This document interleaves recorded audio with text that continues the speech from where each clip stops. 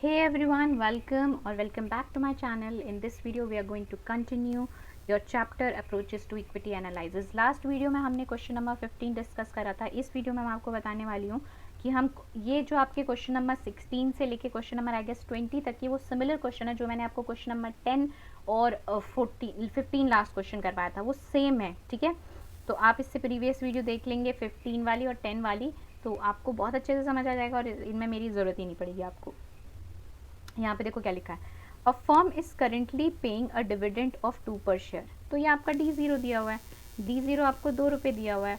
And the rate of dividend is expected to grow 5% for first 5 year and 10% thereafter forever. यानी कि आपका जो growth 1 है वो 5% है 5 सालों के लिए.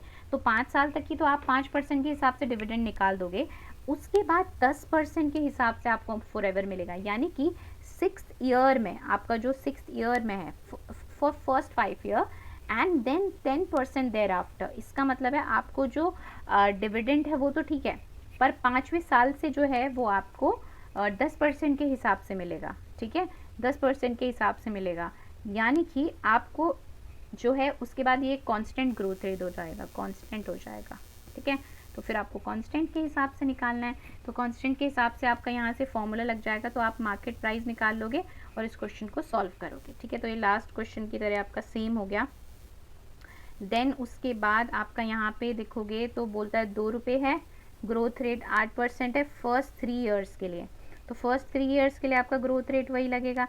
And then it is expected to grow at the rate of 5% perpetually. 5% perpetually का मतलब हमेशा के लिए हो जाएगा कांस्टेंट. परपिचुअल का मतलब होता है लाइफ टाइम आपको जो है वो 5% के हिसाब से मिलेगा. ठीक है, तो आप फिर ये क्वेश्चन भी सॉल्व कर देंगे. एंड द रेट ऑफ 12% है. अब इसमें रिक्वायर्ड रेट ऑफ रिटर्न हाँ दे रखा है, इसमें 15% दे रखा है. चलो 17 सेम है.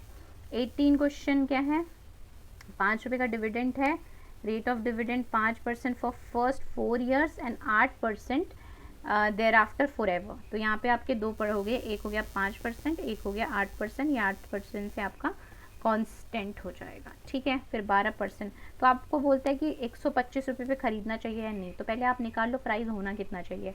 अगर प्राइस जितना होना चाहिए उससे कम है तो आप ख़रीद लो, अगर ज़्यादा है तो मत ख़रीदो. ठीक है, जैसे हमने क्वेश्चन नंबर 15 करा था, तो ये क्वेश्चन भी मैंने डिस्कस कर लिया, 17 भी डिस्कस कर लिया, 16 भी डिस्कस कर लिया, 15 तो मैंने आपको करवा ही दिया था. अब आ जाते हैं क्वेश्चन नंबर 19 पे. क्वेश्चन नंबर 19 पे क्या है, ओके इसके अंदर डिविडेंड 8 पर शेयर के हिसाब से पे कर रहा है और डिविडेंड जो है वो फर्स्ट 5 ईयर में 10% के हिसाब से and 6% thereafter forever. Required rate of return ये होगा 250 में खरीदना चाहिए या नहीं खरीदना चाहिए. सो सेम क्वेश्चन है, तो क्वेश्चन नंबर 19 भी वैसे करना है, मैंने डिस्कस कर लिया है. ठीक है, चलो. A company declared dividend 3 per share. The growth rate is expected to 10% for next 5 years and thereafter the company constant 10% and this. बिल्कुल सही. थ्योरेटिकल इंट्रिंसिक वैल्यू निकालनी. थ्योरेटिकल इंट्रिंसिक वैल्यू मतलब जो हम निकालते आ रहे हैं वही निकालना है. ठीक है, चलो.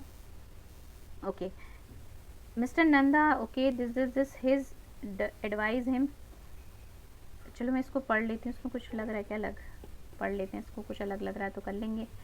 Okay, Mr. Nanda wishes to invest some of his funds in company. He his analyst has advised to buy share of the company which has given a current dividend of this. तो basically what you need to do, यहाँ पे current dividend आपको बोल रहा है कि 3 रुपये है. ठीक है, and dividend is expected to grow 20% for first 10 years and thereafter 8% perpetually. तो बस यहाँ पे प्रॉब्लम ये है कि आपको ना कैलकुलेशन लंबी करनी है और एक कॉस्ट ऑफ कैपिटल जो है 10% है, तो आपको कैलकुलेशन लंबी करनी है और कुछ नहीं. Okay, so this is also same, ये भी डिस्कस कर लिया मैंने आपके साथ. नेक्स्ट क्वेश्चन देखते हैं क्या है.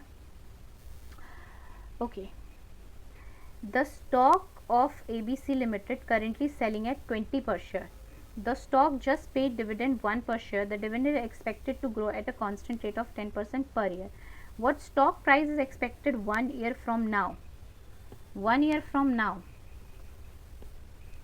What is the required rate of return of the company's stock? देखो अब आपको यहाँ पे रिक्वायर्ड रेट निकालना है. सो दिस इज, ये आपका ये है कि आपने जो चीज़ें पढ़ी हुई है ना कॉन्सेप्ट के बेस पे क्वेश्चन है. क्वेश्चन नंबर 22 कॉन्सेप्ट के बेस पे क्वेश्चन है. सो व्हाट हम क्या करते हैं, क्वेश्चन नंबर 22 से के लिए नेक्स्ट वीडियो बनाते हैं। तो यहाँ तक हमारे क्वेश्चन नंबर 21 तक डिस्कस हो गया। सो मुझे बताओ हमने कौन कौन सा क्वेश्चन कर लिया। क्वेश्चन नंबर 21 हो गया हमारा, 20 हो गया, मीन्स हमने कहाँ से लेके कहाँ तक डिस्कस कर लिए। हमने क्वेश्चन नंबर 10 से लेके क्वेश्चन नंबर 21 तक की इस चैप्टर के सारे क्वेश्चंस डिस्कस कर लिए हैं। आई होप आपको ये वाली बात क्लियर है। ठीक है, फिर मैं आपको 22 कराऊंगी और उससे जो सिमिलर क्वेश्चन है वो आप फिर खुद करेंगे। Okay, so this is all about this video. Next video में मिलती हूँ और क्वेश्चन नंबर 22 हम करते हैं। Till then bye bye and take care.